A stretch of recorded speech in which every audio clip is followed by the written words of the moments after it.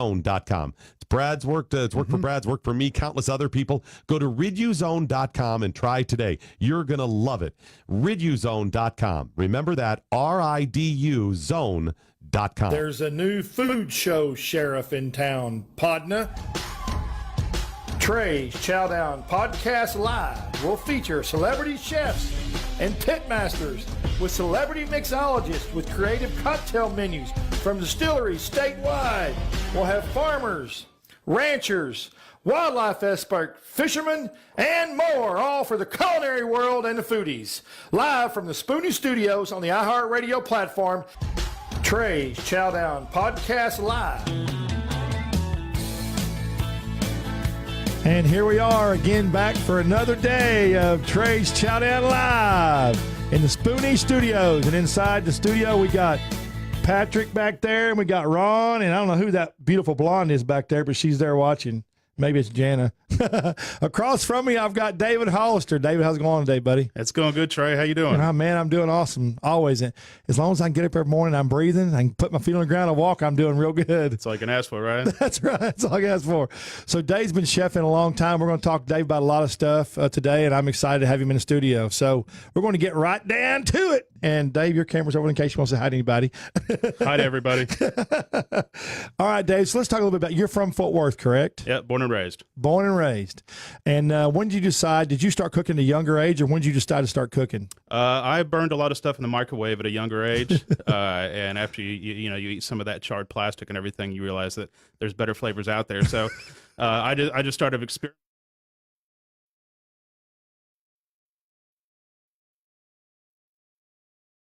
And better, and decided it was something I wanted to do, so ran with it. So you just ran with it, yeah, and you got excited, and you went to culinary school. Let's see, how old were you when you went to culinary school?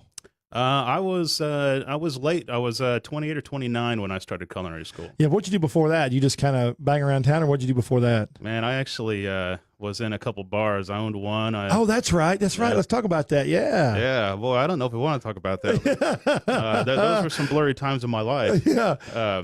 I had Final Approach on the west side of Fort Worth for a little bit. That was pretty solid until the recession hit. Right. It tanked pretty hard. Yeah. I knew I had to go do something else, and that's really where the culinary school thing. That's where it started, huh? Yeah, it kind of happened. It's either go broke and do nothing, or make something of yourself. Yeah. So you went to Le Cordon Bleu, didn't you? I did. That school's gone now, right? It's gone. I believe there's still some in Europe and in other parts of the world, but the United States is gone. They shut them all down, right? Not all. In the United States, yes. But, yeah, the ones in the United States. Yes. They didn't they go broke or something, or no? Yeah, they I think they allowed too many people in and weren't getting some of their Sally Mae, and then weren't getting some of their payments. So that's it. Shut them down. Yeah. Shut them down. Yeah. So you went to school. How long did school take? School was right about 2 years. That's a long time, Full time, yeah. Are those schools, is that every day? Yeah, it's Monday through Friday, sometimes Saturday. You go 5 to 6 hours a day. I can't remember exactly what. So were you actually just in the actual, is it like you and I go to school now, so was it actual in the school, in the studio, it was all kitchen, or was it classroom time? How's that work? You have some classroom time. We did about a 2-week on, 2-week off program. Would be 2 weeks in the kitchen and 2 weeks in the classroom. It was actually an associate's degree, so we got some of our basics in as well. But we would have 2 weeks of baking, 2 weeks of baking 2, 2 weeks of garde manger, 2 weeks of garde manger 2, and then you go through the restaurant. And it was a lot. It was a lot of cooking. They got to get all the foods across the world into you in 2 years, which is obviously a lot. A big thing, yeah. Yeah. What was your favorite thing at that school to do? What was your favorite thing? Man, we were working with food all the time, and I'm a fat boy, so I love the food. No, I really enjoyed learning about the process and the time it takes to make some of the food. Sure. My girlfriend will tell everybody that I'm a very impatient person, but when it comes to food, I have all the patience in the world. I'm the same way. I'm the same way. Yeah, you want to see what happens to it, what it needs to do to become, from X to Y. It's the caramelization, the aromas, everything that comes out of food. And the presentation, the flavor, everything. Yeah. And then you spent half a day cooking your food, and you watch a bunch of yahoos eat it in 2 minutes. Yeah, I know. It's very gratifying. It still makes you feel good, doesn't it? It does, yeah. Especially when they come back. Yeah, that's right. But, also, too, what I love is also now is food's all about, a lot of it's about presentation, how it looks, and how the dish on the dish and how it looks when you actually eat it. So, I've taken pictures. It's amazing how many pictures I can take of one dish and only use one of those photos, you know, to promote or for whatever. It's great. And I know you do it too. You're doing a great job of photography now, so I know how you know what that's like. I take a lot better pictures of food than my presentation normally looks like. Not to say that it's bad, but my talent is definitely not on the presentation side. I would have what they would call very rustic presentation. And there's a lot of good chefs out there that have some beautiful presentation. Yeah. But yeah, absolutely. You eat with your eyes first. And, you do. You know, the photography definitely helps it along. Yeah, it is. So when you were at school, what was your favorite spot? When you came out of school, what was your favorite spice to cook with? Oh, man, you already know it's spicy. Yeah, I know it is. I know. That's why I'm asking. Some people don't know. Oh, chilies, man. I love the flavor of chilies. Everybody talks about how hot they are, and I can really taste a lot of the components of the chili. So let's do this. Let's real quick. Let's go through your favorite. Let's go through your top 5 favorite peppers you like. What are your top 5 favorite peppers? My first and foremost is a cascabel. Cascabel. Now, where is that, a Brazilian pepper? No, that's going to be in Mexico. It literally means rattler. It looks like a little baby rattler, and it sounds like one when you shake it. Oh, okay. Yeah. This has some really good chocolate tones to it and a little bit of heat that I like. It has chocolate tones to it. Okay, I think you've let me try that pepper before. No, if I remember right. Yeah. I'm sure. Yeah. I use it quite a bit. It's in a lot of my my rubs that I use at gas money. Yeah. It wasn't some of the dishes too at Dagwood's. Oh yeah. Yeah. Okay. Yeah. Okay. Absolutely. Okay. Yeah. I mean, you go through the rundown, but. You know, the cascabel, obviously. I love the chili de arbol. It's a spice like cayenne, but has more floral tones to me, personally, in my opinion. You know, and then the oldie but goodie is the ancho, the guajillo, the pasilla, but I use a pasilla called pasilla de Oaxaca, which is a smoked dried pasilla. It's a smoked. How long do you smoke it yourself, or do you buy it smoked? I buy it smoked. I buy it from Pendry's here in Fort Worth. Okay. That's right. Yeah. Okay, so you like habanero. Do you use habanero, or is habanero just too hot to cook with, in your opinion? No, I don't think it's too hot, and obviously it's too hot to eat fresh. Right. But it can be diluted down with sugars or whatnot to make it not so hot. The flavor on a habanero is incredible. It should really. So when you take one of those peppers, Dave, and I've seen you chefs do this a lot, but because I don't do the process, I don't remember it all. But when you take a pepper and you want to render it down to where it's not so hot, what's the process of that? How do you do that? Well, it's called Scoville. Scoville was, Scoville units. Yes, if it says $50,000 for a chili pepper, it means that it has to be diluted 50,000 times in sugar water to remove the heat from it. Okay. So, you know, it's simple. If we were to take one jalapeno and put it in an 8-ounce glass, of sauce, it's going to be pretty spicy. But if we dilute that sauce down to a gallon of sauce, obviously the spice is going to dissipate with the amount that we're making. So that's how we do it. It's just the amount of compared to how much we're making. Cool. And if you want to smoke a pepper, you just actually put it on you put it on the smoker, and is each pepper, are all the peppers about the same amount of time when you're smoking one to get the smoky flavor, or is each one different variation of the size?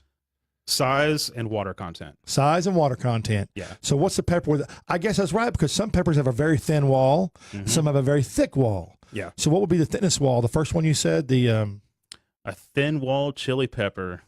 I mean, you could go something like Chalaca is going to have a pretty thin wall, depending on the season. The jalapenos versus a jalapeno has a thick wall, correct? Yeah, right.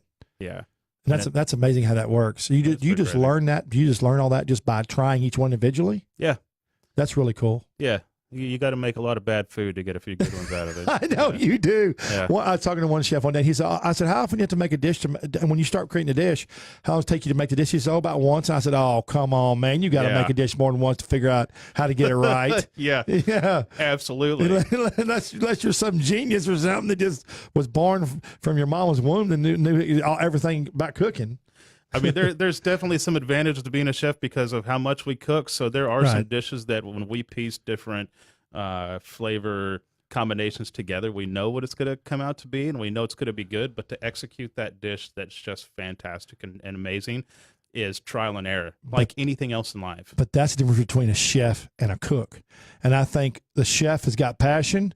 The cook is doing it for a paycheck, in layman's terms. I mean, that's just kind of the way I look at it. Chef's got passion. A cook is doing it for a paycheck or to get by. Basically, that's the way I see it. Yeah.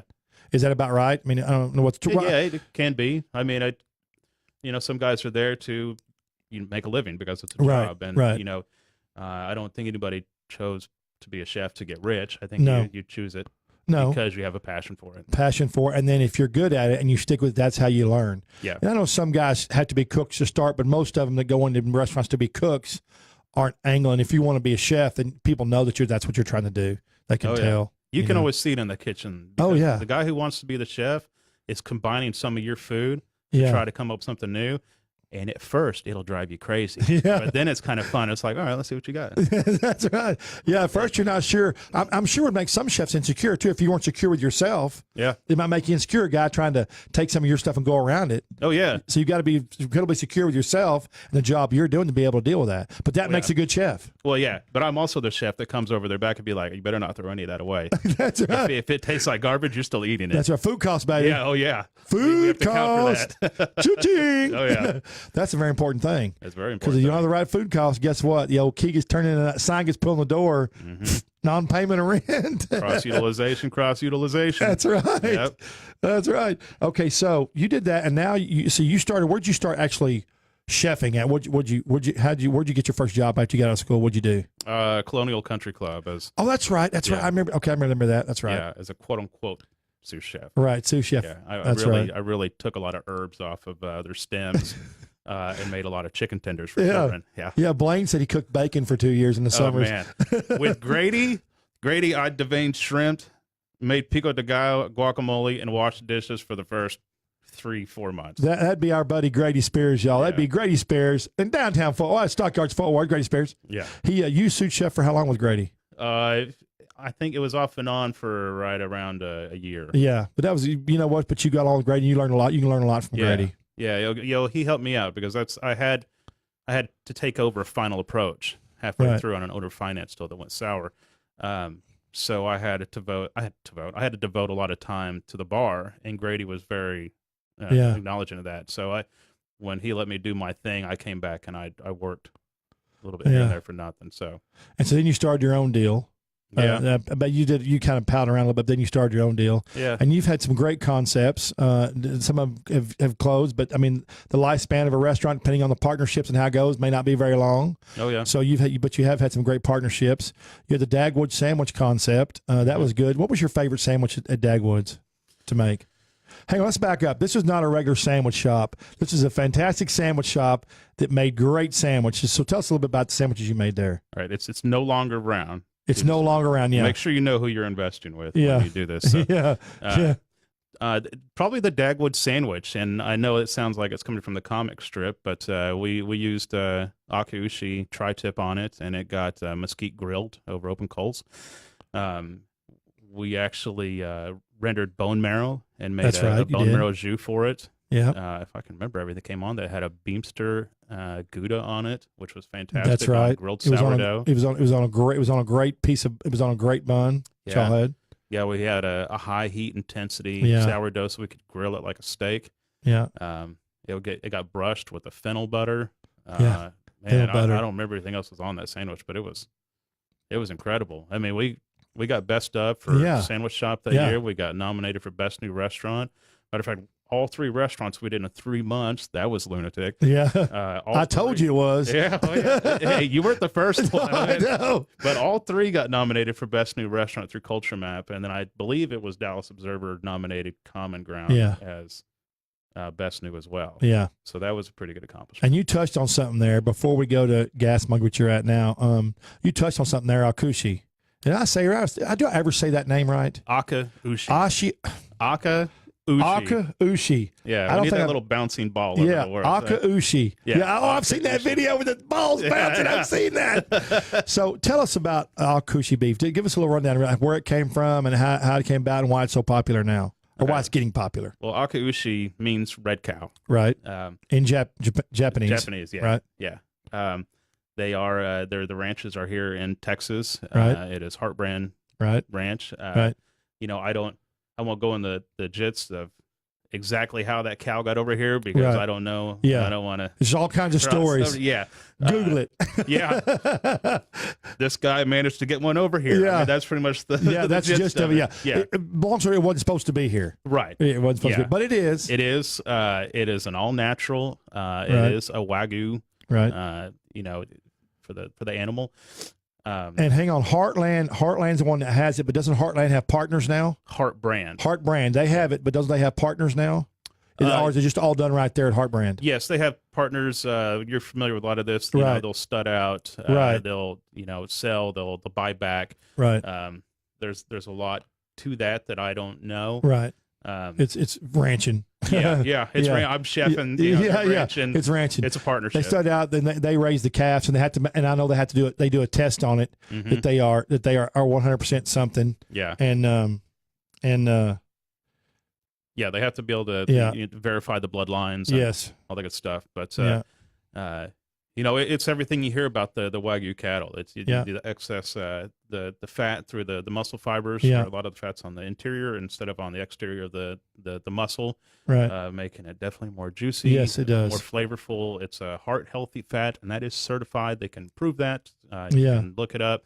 It's kind of hard to say that about red beef. Most people think I'm an idiot. Yeah. Hey, this is the truth. It's the truth, though. Yeah, and it you can see it, you can taste it. You can. It's amazing. And you do a lot of stuff around the country. I mean, around here for Heart Brand, you do displays and stuff, right? Different events. Didn't you do the Cattle Raisers Association last year? Yeah, I've done that last couple of years, and that's coming up this next week, actually. Yeah. So I'll be back there doing that. We always cook some steaks the old-fashioned way in a cast iron over some heat and a little salt and serve it up. And I think last year we did hanger steak. I think we did a flat iron. Obviously, some of their burgers, which are incredible. Yeah, they're great burgers. Yeah. And I mean, I use Akushi exclusively. I got a hard time here and there from people say they can't taste the difference, but oh no, yeah, I use it all the time. It's good. Yeah, and they have you have a new deal. You have a deal you're doing where you're going to do these really big Akushi ribs, right? Yeah. We won't say where or what. We'll just say you're going to do like a Flintstone style deal. Tell us about that a little bit. I'll say it. It's a blaze. It's a blaze. Yeah, it'll be at the Texas Whiskey location. That's right. In Fort Worth. What date is that? It's at the end of March. I don't know the exact date. That's all right. It's at the end of the March. It's called The Blaze. A Blaze. A Blaze. Yeah. Lou Lambert is the lead chef on it. Terry Chandler from Fred's will be there. Lou's got a spit roast a cow, which will be something to see. Crazy. Yep. And that's at that Whiskey Ranch, the new bad at TX Whiskey Ranch, which is beautiful. You been out there yet? I haven't been out there yet. Oh my God. You're gonna fall in love, brother. That's fine. Whiskey, ranching, beef. What more do you need? No, you can't beat it. No. Not for a fat boy. Well, so they hit me up to do the appetizer for that. And, because I do so much with Akushi and help them on events, I called the guys at Akushi, and I wanted to see if I could get some tomahawks still on, still together with the short ribs still attached. Right. So they agreed, and we have 2 sections of the rib cage, which will equal the whole. Now you're talking about listen to the rib cage for a cow. I mean, it's going to be that's going to be huge. It's going to be huge. Like we talked about the Flintstones style. If everybody watched the Flintstones back in the day, that's what it's going to be like Flintstones. Yeah. Like they used to, they'd set it on the side of the car and the car would tip over. Yep. That's what yeah, I mean, the cars are heavier these days. Yeah, the cars are heavier. That. Yeah. But it's going to be quite a bit different than what you normally see at some restaurants that have a tomahawk steak where they have the big, beautiful ribeye on one side and then the long bone. So the bone that I'll be using will still have all the short rib up the bone. Right. So if it's just going to look like a giant beef chop, yeah. It's going to be enormous, and we are going to cook them in the coals. The coals. No grill grades. No, just right in the coals. Yeah, 1800 caveman degrees. style. Yeah. Yep. Few minutes aside, flip it, few minutes aside. I'm going to take it out. I'm going to slice it off the bone, and then it's going to get a chimichurri sauce over the top while the meat is still Wait. Just stop this. Hang on a second. Chimichurri sauce. This guy right here makes the best chimichurri sauce. Tell us how you make it. Tell us how you make chimichurri. Okay, for someone who doesn't know what chimichurri is, tell them what chimichurri sauce is. Let's break it down for them. Okay, without going exact location, chimichurri's origins out of South America. Right. And it is a parsley garlic sauce. Right. I mix mine with cilantro and then gets red wine vinegar and some chili powder or chili flakes and some cumin. But it's it's a very simple sauce that a lot of people screw up and they don't get the right flavor that you're trying to achieve, but you do. And and you do that, and you make up a lot of stuff. So you're going to make a chimichurri sauce for that appetizer. Yeah, and it's just such a good universal sauce. I mean, parsley and garlic will go on just about anything, from vegetables to fish to pork, poultry, and now obviously beef. It's just so good. And it's kind of funny. I remember you made it fresh one day. Mm-hmm. We were one of your kitchens over there off 7th, and it was like 2.5-3 years ago, maybe. I remember you made it fresh, and I tried. I was like, man, and you put it on the menu, and then all of a sudden it started popping all over the place. Remember, I was texting, hey, this guy's got chimichurri, that guy's got chimichurri. Yeah.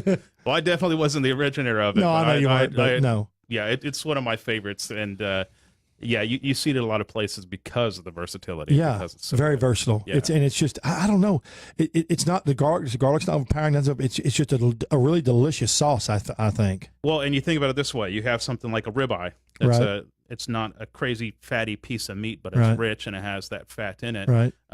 So when we have something fatty, we want to add acid to it. Sure. To help, Right. Yeah. Break it up. Yeah. So we're adding this acid to it to cut the fat flavor. Right. So you have brightness and savory. Sure. And in between there, we're gonna emphasize on all those flavors with the roasted garlic and the chilies. Add a little spice to it. Yeah.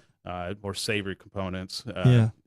Floral Floral lemon. lemon. Yeah, with the parsley. And when you say spicy, it's not spicy sauce. It just has that in there. It's kind of. I'll tell you what it is. I'll tell you what that sauce is. It's a flavor rodeo. That's on your palate. That's what it is, man. It's good. All right. Flavor rodeo. Yeah. It's your show, Trey. Well, I heard Fury, says he's a long time ago, he calls everything Flavor Town. Yeah. And I had to come up with my own little stick. There So you last go. time I said, but I only use it every so often. That'd definitely be a flavor rodeo in your mouth right there. Yes. It's going You to would be. Yeah. And the greatest part about it is that these big old tomahawk ribeyes are the appetizer. Yeah. You can only have a cut of meat that big to an appetizer to a bigger cut of meat. How much do you think that's going to weigh? I would assume that both together probably weigh about 200 pounds. Yeah, that's crazy, isn't it? Maybe That's less. going to be awesome. I've never worked with one straight up, so we're gonna. You're going to see what happens. Yeah. So, Akushi, you do a lot. What's some other dishes? Some other dishes you've made with akaushi There you beef? go. How'd I do? There you go. I keep when you said that ball. It's the first one in 5 years. Yeah. You remember that ball you said? I used to see yeah. on, the bing ding. When you said that, I started thinking about it. That's how I got I'm it. glad I could help. I'm glad you could help. I'll never forget it now. Every time I see the word. So, what are some of your favorite dishes to make with the akushi? Obviously, a burger. Yeah, obviously so. I mean, our El Jefe at Gas Monkey is. That's right. I've been rolling that burger for a long time. It's delicious burger. That's right. What's all in that burger? I think that's a burger I had on my wall on my food page for a while. Yeah, I'm sure you did. Yeah. It's always done very well. This is a brioche bun Right. with a local bakery. It obviously gets the akushi Right. hamburger patty. Sure. We use a balsamic onion jam on the spread. It gets this new lettuce that I went out to California to find called Better Burger Lettuce. Yeah, better burger lettuce. It is a cross between Wait. Better. Say that about 10 times. Better burger lettuce. Yeah. BBL.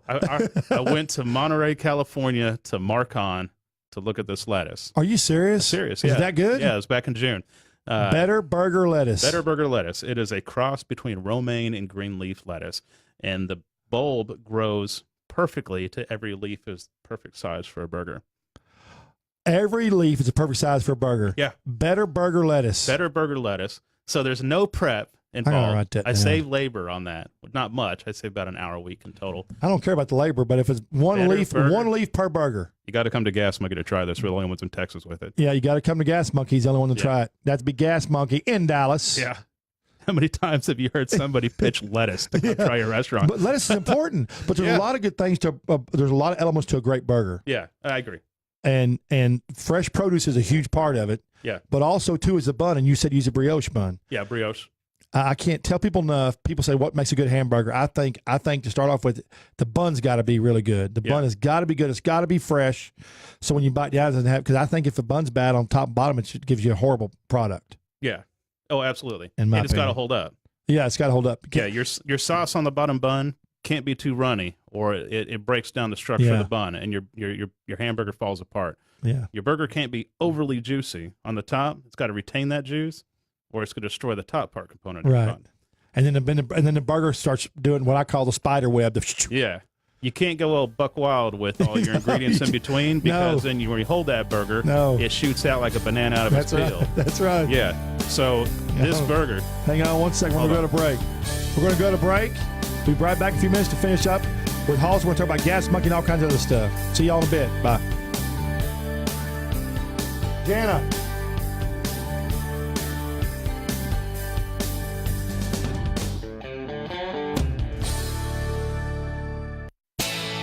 Never Forgotten Apparel is more than just a premium women's and men's clothing line. It's a movement to remind us to wear American-made and serve those who serve us. Our heroes. Never Forgotten Apparel gives 20% of their total sales to nonprofits that support homeless veterans and off-duty firefighters, and 50% to individual veterans and firefighters in need nationwide. Check out neverforgottenapparel.com. Use promo code MATT, M-A-T-T, and get 15% off your purchase. Fast Track Student Loans can get your student loans out of default, stop any wage garnishments, stop collection calls, and stop seizure of your tax refund. Give yourself a break. Stop the stress and get your student loan payments down to as little as $25 a month based on what you can afford to pay. 800-709-4395, 800-709-4395, 800-709-4395, 800-709-4395. Have you done it? You catch a glimpse of yourself in the mirror? I'm one of those people you don't want to see naked. Yeah, most of us. But I mean, you look and you're going, what the? I know. How did I get to whatever? Yeah. Oh, it's horrible. Hey there, it's Doc Thompson and Brad Staggs to tell you about a different way to shed those pounds. This is brand new tech. It's only been around for a couple of years or so. It was based on research from the University of California that said there's a molecule called OEA that's found naturally in your body. It produces it in the Mediterranean diet, that when taken in concentrated amounts, it will actually make you feel fuller and boost your metabolism.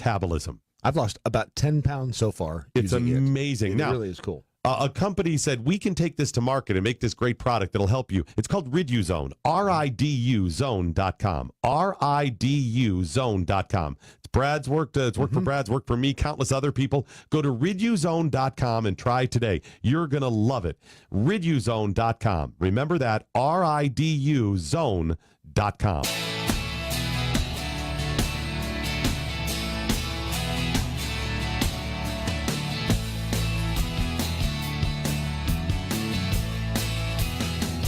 And we're back on Spoonie. I still can't believe they gave me a show on this crazy network. Anyway, we're back here with David Hollister talking about food life, friends, and good times. Okay, let's start over. Let's talk about this burger science a little bit. Okay. Let's just start over. But before the break, we talked. I had to stop you because we got to pay the bills. We're capitalists around here. We like to pay the bills.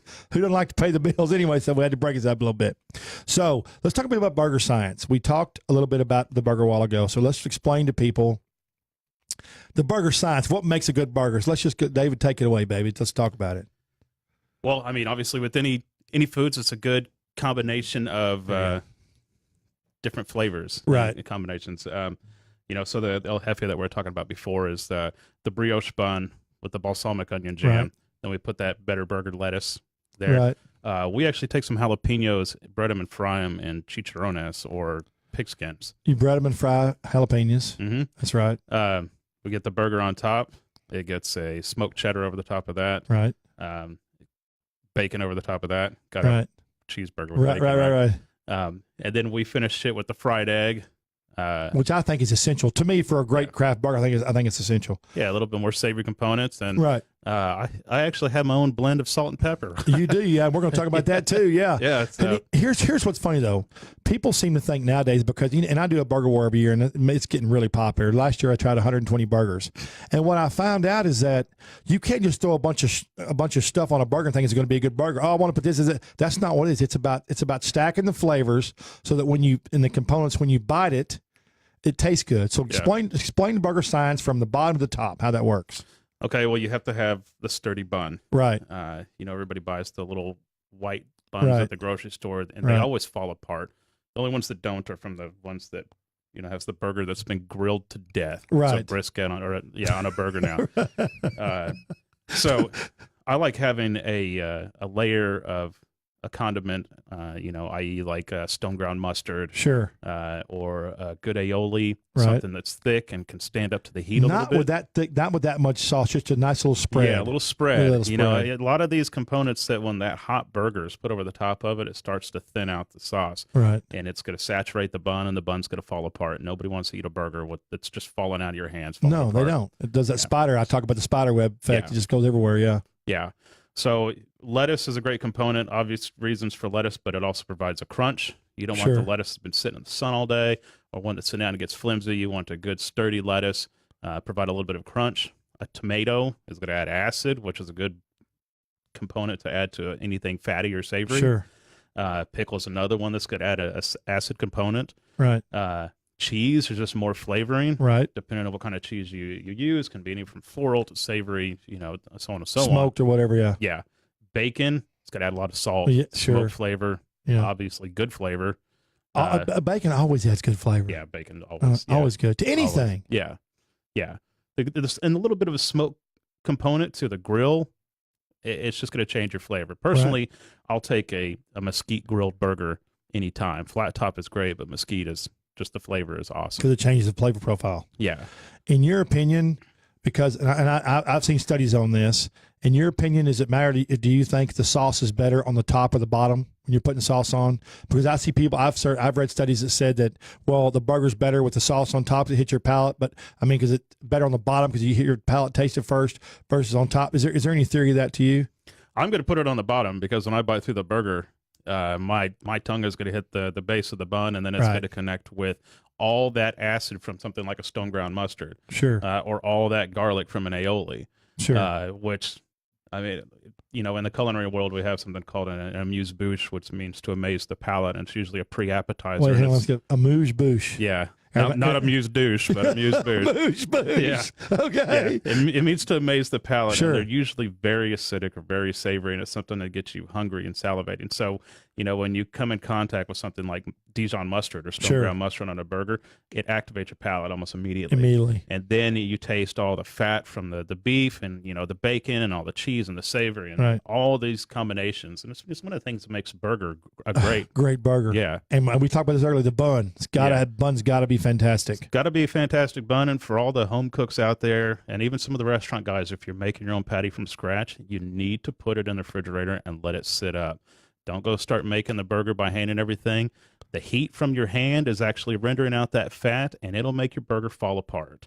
If you let it sit in the refrigerator and let that fat render back together and let it congeal, basically, and then grill it or put it on kind of like a mold, like a little hamburger mold. Or meatballs like your grandmother used to make. They hold together. That's why they let them all sit up, because they go back and congeal. The heat from your body does a lot of weird things. When they roll all those balls up, they meatballs, they put them up and they. I think one guy said he does it overnight. He lets them sit up overnight with sauce or whatever. Yeah. That's what I would do. Is I would let them sit overnight, minimum of 4 hours up to overnight. So, in your opinion, on a great burger, is there a strategic place to stack the vegetables and stuff as you go up, or is it just meat on the bottom? And then how do you do it to make the ultimate burger? How do you do it? Me personally, if I'm just going to go a cheeseburger with LTO or a lettuce, tomato, onion, I'm going to go bun, sauce, lettuce, tomato, onion, burger, cheese, and then whatever you want to pile on top of that. Because all those components, when you bite down, they all have a flavor profile as it all comes together, correct? Yes. Onion, crunch, sweet. Tomato, acid. Lettuce, crunch. I mean, it's going to be, Yeah. Mazur's burger. And you've made a lot of great burgers. What are some of your burger names that you've done? Let's see. I mean, we have the El Jefe. Right. I like to think that one's after me. Yeah, that's right. We have the Coyote Burger, which is a spicy burger that we do. What's the Coyote Burger? That one has a habanero sauce, a chipotle aioli, has fresh habaneros, goat cheese, the same chicharrones, fried jalapenos on a brioche bun. We have started a new burger at Gas Monkey that was inspired by the boss man out there. It is a barbecue burger or smokehouse burger. Right. You in that big smoker or no? This one, it actually has our barbecue sauce on it. Now, our barbecue sauce goes on the smoker with the briskets overnight. So a lot of the rendered fat from the briskets, comes into the barbecue sauce. That's a great idea. All those, there's a lot of purists out there that don't want sauce with their barbecue because it wasn't made to go with that barbecue. Right. My barbecue is made to go with my barbecue. See, that's awesome. Yeah. I'm one of those guys. Just like if I go any place to, when I go to do food reviews, especially barbecue restaurants, I don't taste anything with sauce until after I eat the meat first, because I want to taste the fat and all that, then the flavor in the meat, how they prepared it, and then after that I'll try the sauce after I've figured out what I want to do with that. But yeah. And most people don't know that Gas Monkey is a barbecue joint. Yeah. I mean, we smoke our own meats. Our briskets go for 15 hours. I've seen that big old smoker you got. It's like a 1-bedroom apartment. Yeah, it's like a 1-bedroom apartment. We could smoke 1,000 pounds of meat in there at one time. Can you believe that? 1,000 pounds of meat. Can you believe that? 1,000 pounds. And we'll do that at Gas Monkey. Hey, what about that guy that power washed your smoker out one day? Do you remember that? He's not with us anymore. No, he's not. Yeah. That was a surprise. I could not believe that. That was amazing to me, man. That was crazy. That guy did that. It took all the seasoning or whatever they call it out of there. Mm-hmm. I call it seasoning, because if it's been in there, you don't want to clean the inside of it. Of course, maybe the racks every once in a while you do, but for the most part, you want that seasoning in there. Oh yeah. It just helps add all the flavor, in my opinion. Yeah. It's like a cast iron skillet. Why are you bringing up bad memories, Trey? I don't know. It's kind of like cast iron. Keith's talking about them cast iron skillets. Boy, how much he remembers. He said but Hicks said, he's a kid that they used to have cast iron and he was a kid, and then, each one would take on its own flavor. And that's the only one they use, which is what everybody does now. Mm-hmm. A lot of people just don't know that. If they're younger generation, they don't know that. But cast iron creates flavor. It opens those Absolutely. pores. Yeah. It gets hot. The pores of the steel open up. Yep. Yeah, and then they close up. It's great. It's fantastic. Yeah. So you are at Gas Monkey now. You've been doing a Gas Monkey stint for a while. Gas Monkey is a big brand now. I mean, it's a worldwide brand. Mm-hmm. Y'all been in airports. You got all over the place. Yeah. So you started with Gas Monkey a long time ago, and you've made a lot of developments at Gas Monkey in the kitchen and stuff with them. Explain to us about Gas Monkey, where it is, and kind of how it evolved, and tell us the story of the monkey. Well, I've been at Gas Monkey for almost 6 years now. Right. It's kind of hard to. Isn't that crazy? Yeah, that's pretty crazy. I came in July of 2013, wrote the menu. I wanted to treat it like if you were to go to a mechanic shop and you look out back, those guys work around the clock on the cars, and you would see either a grill and or smoker. So I wanted to design my menu for the restaurant around that. And so we do. We grill or smoke everything, even some desserts at times. Yeah, you do. That's right. Yeah. A lot of sauces, mayonnaises, creams. Yeah. Everything goes on the smoker. So Gas Monkey obviously is for Gas Monkey Garage, which is in North Dallas, and the restaurant is just right down the road. We're right off Technology Boulevard by Papa Do's Steakhouse and their barbecue joint and all the other restaurants. You take up like a whole little city out there. Yeah, and the restaurant's not a little one either. It's big, 19,000 square feet. We have a massive patio. We have a big VIP room overlooking the stage. We could seat a ton of people. You have a little lake out front. Yeah. So got the waterfall on it. There used to be some fountains out there. Yeah, those are gone. Yeah, those gone. Yeah. I think they were a little expensive to maintain. They probably were. Yeah. There's also a big torch on the backside, so you feel like grilling some mushrooms or not mushrooms, some marshmallows. Yeah, that's right. Yeah. But we're a full service restaurant, and we also do banquets. We have Gas Monkey Live, which is a complete live venue. We've had some big names out there from Motley Crue, Dwight Yoakam. Big names. Yeah. So you kind of made it as a garage type menu, and you say there's kind of a people sit out in their garage and cook, and that's a big thing nowadays. People working on their cars, or even if they don't have cars, they put their grill out by the garage and sit in the garage and have a good time. Friends come over and they cook, so tell us about the menu, kind of what's all on the menu and how do you develop the menu, because you did the whole menu there. I did the whole menu. Yes. All the recipes over there I wrote. I call it backyard barbecue Texas comfort. Right. We do a lot of burgers, chicken fried steaks, our version of a cheesesteak sandwich, but we also do smoked brisket, pulled pork. We have our own Gas Monkey sausage, which is my recipe. Yeah. We have a ton of proprietary seasonings. Right. We make our own sauce that's shipped out You all sell over. it. Yeah, our Gas Monkey barbecue sauce. We were talking earlier about you make a recipe one time. Yeah. That was the first recipe we ever wrote for Gas Monkey, and we made it once. You made it once. That made was it great. one time. So And good. That's probably the only one in my career. Yeah, probably Not really. so. I think there's a few more, but yeah. You said proprietary spices. Now, you have some of your own spices, correct? Is that what you're talking about? Or are you talking about Gas Monkey spices? Well, yes, I wrote them for Gas Right. Monkey. Okay. Right. Okay. Yeah. So, you get so you want everything to be consistent, Right. And we make so much food. Big word, consistent. Yeah, consistent. Whether you're doing a small operation or a big operation, you want them to be the same, exactly the same every time they come back and try it. Yeah. So we our barbecue. So obviously we have a lot of rubs. Right. So I went to Pendry's, which is based out of Dallas. I shop at the Fort Worth store all the time, and I had them make our rubs for us. And so now they're pre-blended and everything, and they're listed between our barbecue, our pork rub, or our salt for fries, which is my salt and pepper blend. Yeah, no, I love those salt for fries. That's good stuff, man. Yeah, the telecherry, the hickory smoked salt, and then kosher salt. Yeah. We French also have our fries. own red chili flake blend. Yeah, I've seen that. I've tasted that. That's good. Yeah, That's good.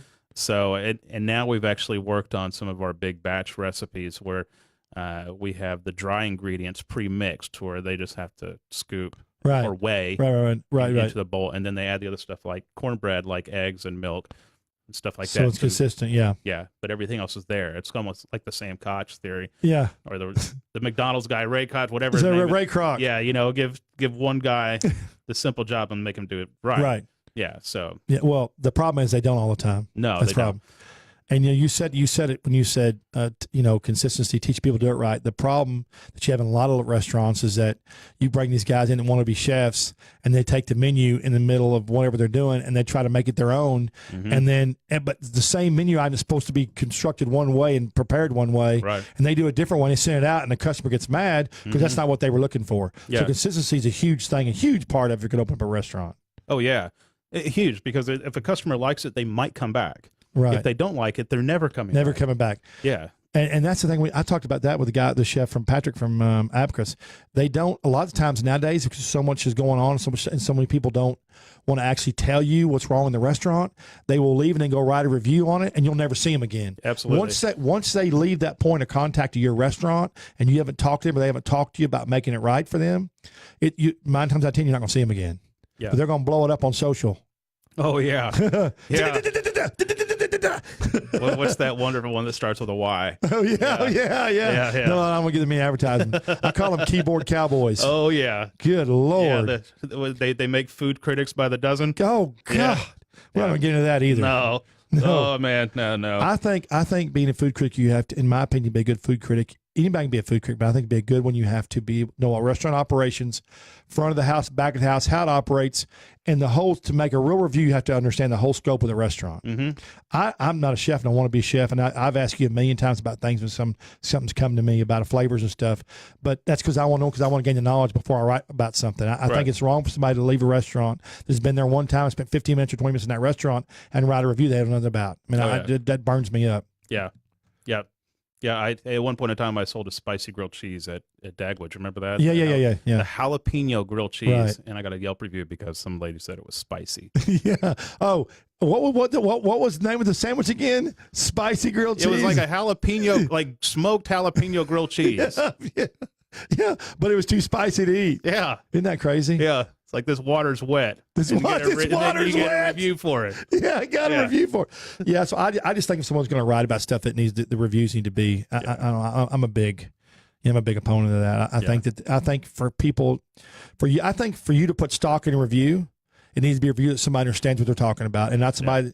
A lot of people write reviews because they got mad because they didn't get a certain sauce, or because they got mad at the manager, or they thought they got seated slow. That's not a real review. Right. But anybody who knows about food, like a guy told me today over at ABC, he said anybody that knows anything about food can read a review and start and understand real quick why the review is being written. Yeah. So. Yeah, absolutely. So let's talk about the rest of the menu at Gas Monkey. I got sidetracked, ADD, I'm always bouncing everywhere. So the rest of the menu. So we talked about the burgers. What else do you have at Gas Monkey? Got some burgers, barbecue. We do a true Texas red chili out there. Yeah, the chili's very good. Yeah. Is that a year-round chili there? That's year-round. Okay. That is, we use actually Akaushi beef shank on that. Right. Takes a long time to braise that meat down. So the chili process, how long does that take you to do out there for your chili? Yeah, 4 or 5 hours normally. 4 or 5, takes, to make our chili. Yeah. And it's got a lot of bone marrow in it, and it's just it's a good Texas red. People don't understand about bone marrow how delicious it is. I call it meat butter. Oh yeah. I remember the story. I know. I remember, where's that, Jameson? I remember that story. I remember that story about you going in that restaurant one time. I won't say. And you had the bone marrow, right? It was all in bone marrow. If you've never seen bone marrow, They cut it, and it's got a channel in it. So once you scrape the marrow out of it, it's got like a little canoe in it, right? So David turned it up and put Jameson in and poured the Jameson down started at the top of the bone marrow and pulled the Jameson down to get the flavor of what was left on that bone. All right, let me go through this. Okay. Because you are not visualizing this okay, like I will. Let's visualize it. All right. So, like any good pan when you're cooking, no, I won't go that far. Right, yeah. No, so the bone is hot, and you're scooping the marrow out and you're eating that. Well, there's still bits left in the bone. Right. So just like you would deglaze a pan, I take a bottle of Jameson and we deglaze the bone, but we deglaze it like as you drink it. Yeah, right down the bone, and we drink it. Yeah. And it wasn't just one restaurant; it was several restaurants. I know it was, and only one I've been asked not to do that during business hours or 7:30 on a Friday. Yeah. Yeah. I'm sure not 7:30 on Saturday. No. We call those money days. Oh yeah. Well, and we're sitting at the bar and we have like probably 2 or 3 orders of bone marrow, and we have 2 or 3 orders of foie gras torchons. Sure. And so we're running a good tab. Yeah. But we're being loud and we're taking shots of Jameson. Yeah. Imagine that being loud. I would never be accused of that. Oh man. Yeah. Never at all. No. Oh, never at all, Trey Chapman. I never get in trouble for anything. Okay, so you got that. So what else is on the menu? I mean, we do some healthy food. We have some salads, and you can add as much barbecue to the top of it if you want. We would have a lot of tacos on the menu.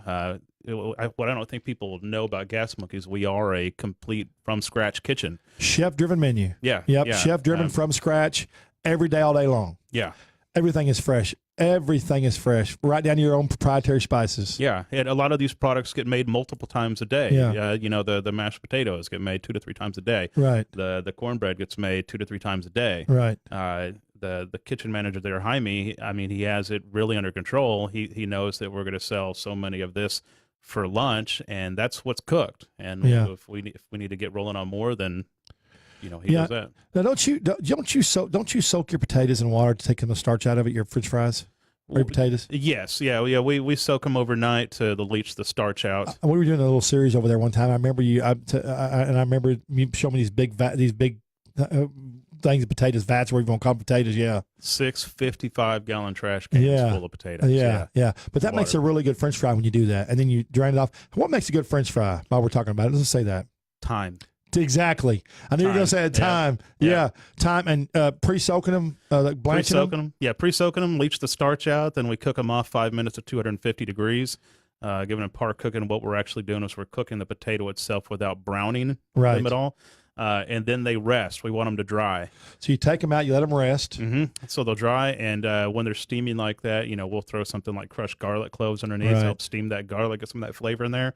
And then when we're ready to go, they get thrown into a 350-degree fryer for, again, 5 minutes, which crisps up the outside, leaving the inside nice and soft. And then you put that awesome pepper salt when you have on there. Makes them so good. Yeah. GBD, baby. Golden brown delicious. And then it'll get hit with the hickory smoked salt, cherry pepper, and kosher salt.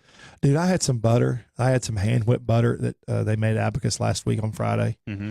It was hand-whipped butter with smoked salt and a little bit of truffle. And I'm going to tell you something, man.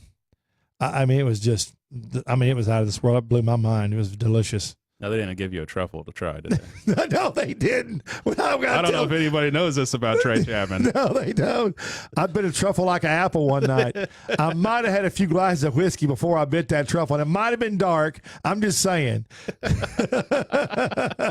Oh, that story is all around Fort Worth. Isn't that funny, though? Well, you can't take for stories like that, man. I can't be in a group of chefs and us talk about truffles without your name coming up and talking about how, and believe me, the size of this truffle gets bigger every time I hear this story, too. I bet it does. Last time it was huge. It was like a basketball, and you had your face buried into it. I know. That's a great story. You can't take for stories, right? No, you can't. So I'll just, let me tell you about this story. So what happened was I was at Clay Pigeon with Chef Marcus Paisley, and I was dining there, and I had started. I was waiting for the dinner, and I had a few glasses of TX whiskey, And we were laughing, joking, and kidding around. And a few means two, right? yeah, a few means two doubles. I guess that a few means a couple more. Yeah. And so Marcus came out and he said, "Hey, I got some you want me to try. I just got some truffles in from France. You want to try one?" He didn't say truffle. He said, "I have something I want you to try from France." I said, "Sure." Well, I wasn't thinking. I couldn't see. And so he brought it out and he said, I want you to put your sniffer to this. And for some reason, I thought he said, "I want you to take a bite of this." I don't know what I was thinking. But let me tell you something. I took a bite of this truffle, and I'm going to tell you something. I have never in my life. I took an apple-sized bite out of this truffle. First, it was hard. And second of all, when I started chewing down, I was like, He said, the expression on his face, he grabbed that truffle out of my hand and ran back to the kitchen. It's open kitchen. And I saw him back there, and they were all scattered. They were all staring, laughing, scared, back and forth. He didn't know what to do. He didn't know what, but I'm going to tell you, have you ever taken a bite of truffle that big? No. I'm going to tell you something. Do I look like somebody who's taking a bite of truffle that big? It's life-changing. I bet. Anyway, he came back out, and he said, "You know what you just did? He said, you just had about a $300 bite right there." Yeah. I said, yeah. Yeah. That's good. Now we have a price to it. Because That's right. everybody asks, like, how much do you think that costs? Well, I guess it depends on the truffle. Yeah, I did. It was $300.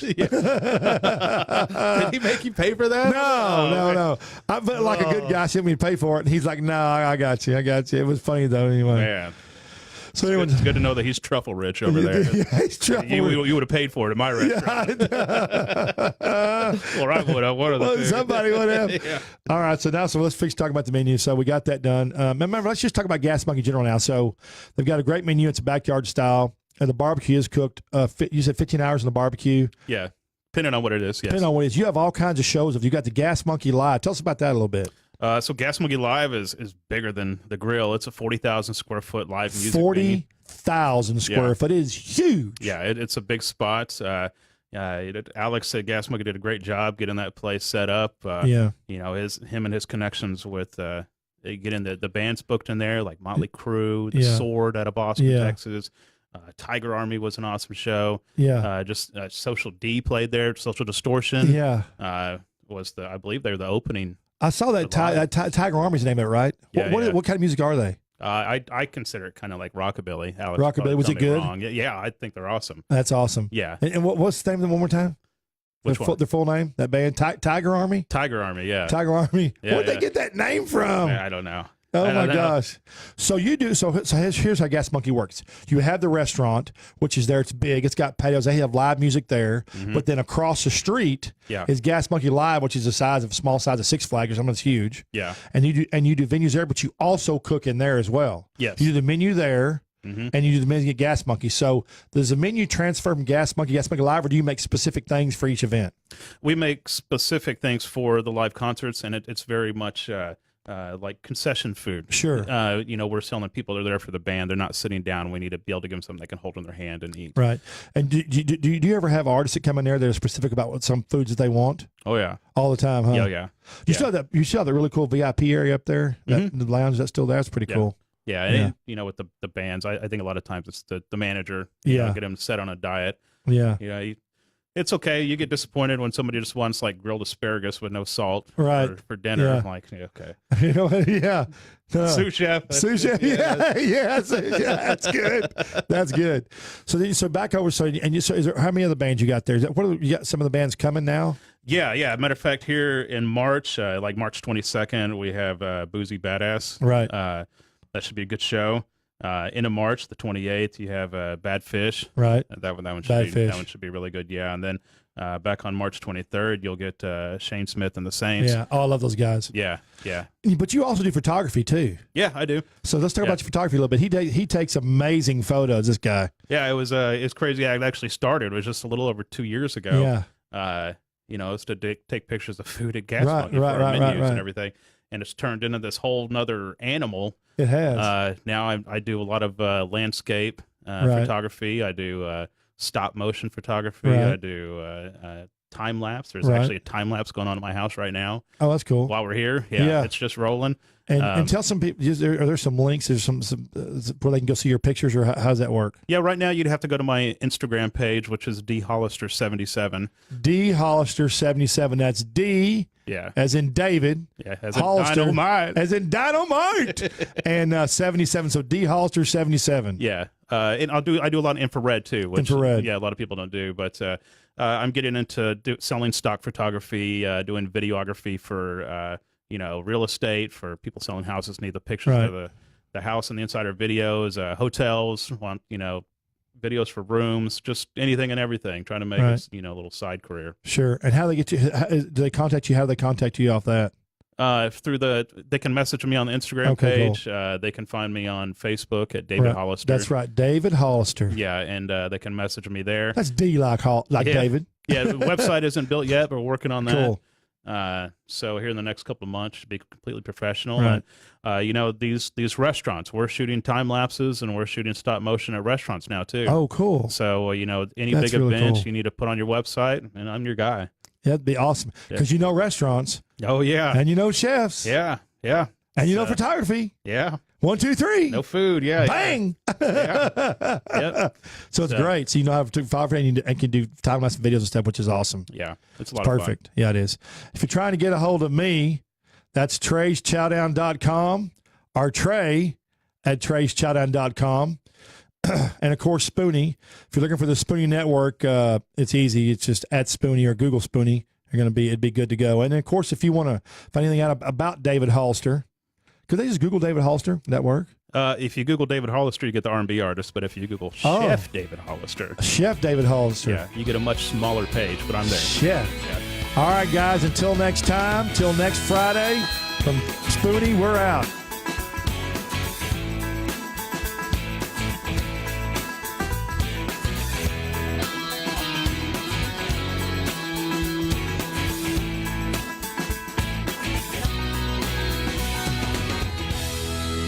Food Talk.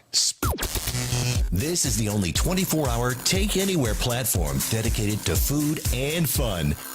We're Spoonie. News this hour from townhall.com. I'm Rich Thomason. They're extending condolences to the victims and are condemning the bloodshed. World leaders, including President Trump, reacting to the mosque massacres in New Zealand. 49 people killed, dozens wounded in attacks on 2 mosques in Christchurch, New Zealand's 3rd largest city. One eyewitness describing a terrifying scene after the gunman walked in through a back door. It was like 10 to 15 minutes of continuous shooting. White House National Security Advisor John Bolton says the U.S. stands ready to assist New Zealand. We've been in touch with our embassy overnight. We're still getting details, but the State Department and others are